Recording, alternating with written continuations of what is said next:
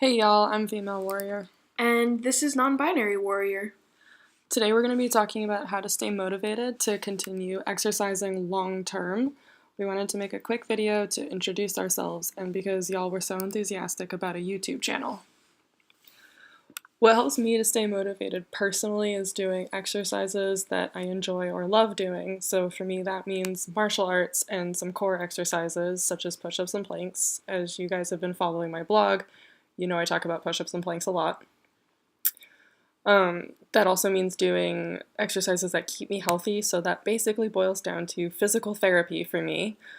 And the martial arts training helps me not get bored during exercise because in previous times when I would take up exercise, I would reach a certain point of fitness and then I would just get extremely bored because the only thing I could really do was add another set or add more reps, and that was just very, very boring for me. So I'd quit and for a while, and then I would go back to it and just rinse and repeat until I took up martial arts. Another thing that you can do if you get bored easily during working out is you can listen to different playlists while you're working out. And what I like to do for that especially is do really high beat music that keeps me energized and keeps me paying attention to the workout and not getting so bored during the workout. Another thing is that I do enjoy dancing, but dance is shared freely by other cultures. Right now I'm taking Katek dances through a club at my school. And then I also do a little bit of Greek dancing that I learned from my grandmother. And as far as other types of exercise, sticking to lower reps and lower sets helps prevent me from getting bored and breaking it up a little bit. Today I was with Non-Binary Warrior and I was complaining because the number of sets I needed to do for physical therapy was a little high for me, so I was starting to get bored. And so they were just kind of like, why don't you just do it throughout the day? And so I was like, oh yeah. So that helped with that. Another thing that helps me stay motivated is finding somewhere that you're comfortable training. So for me, that's a combat arts room or just a basketball court or a tennis court or somewhere just open air that I have enough room to do my training in because capoeira requires a lot of space to work in. And the last motivation tip that I have is to schedule time to work out during the week and during certain days during the week that I know I have time, and then scheduling a specific time during the day to work out because then that's blocked out time for me to do something that I need to do to stay healthy, and then I can plan my day around that. And then I also don't beat myself up if I can't make it to the time I have scheduled for myself during the day because that doesn't help anything. But if you're like me, I usually don't listen when I schedule things for myself because I'm like, oh, yeah, I can just do that later. And I completely miss my scheduling time that I had set aside for that.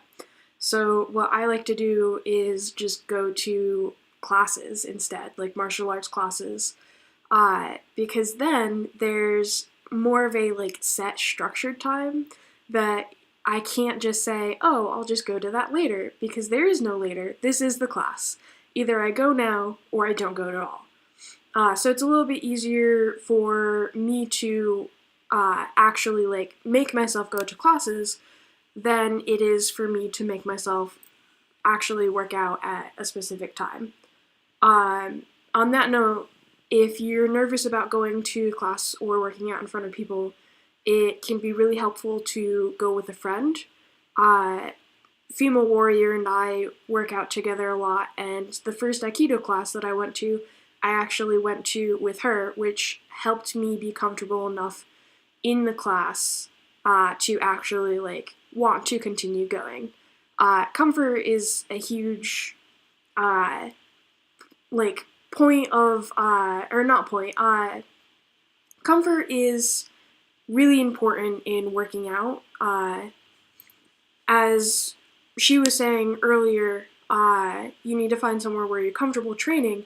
You also need to wear comfortable clothing. If you're not comfortable wearing the clothes that you are, both physically and mentally, they have to be something that you can physically stand to wear for a while, which is why it's not really okay to wear binders while working out in, because those can restrict your breathing and aren't really the best to work out in. You also kind of want to feel comfortable in your own body while you're wearing the clothes that you wear to work out in, because otherwise you're not going to want to be in front of people or work out in front of people. Setting goals is also a really good way to make sure that you continue working out. If goals are something that works for you, just make sure that you practice SMART goals. So make sure that they're specific and isn't just like something vague like a lot of New Year's resolutions are of go work out more. But what does that exactly mean to you? Because if you leave it too vague, you're not going to fulfill it. They have to be measurable, so you have to have a way of quantifying like when you've reached the goal. Otherwise, you'll just keep going on in perpetuum, and that also isn't going to motivate you anymore. They have to be attainable. Otherwise, you're going to lose motivation halfway through because it feels like you're not getting anywhere and you can't get anywhere. And if you never reach the goal, then you won't be motivated to continue trying to reach the goal. It has to be relevant, which that just kind of makes sense. If I want to work out more, then my goal shouldn't be to like eat less chocolate, because that's not really relevant to working out more. That's more relevant to eating healthier.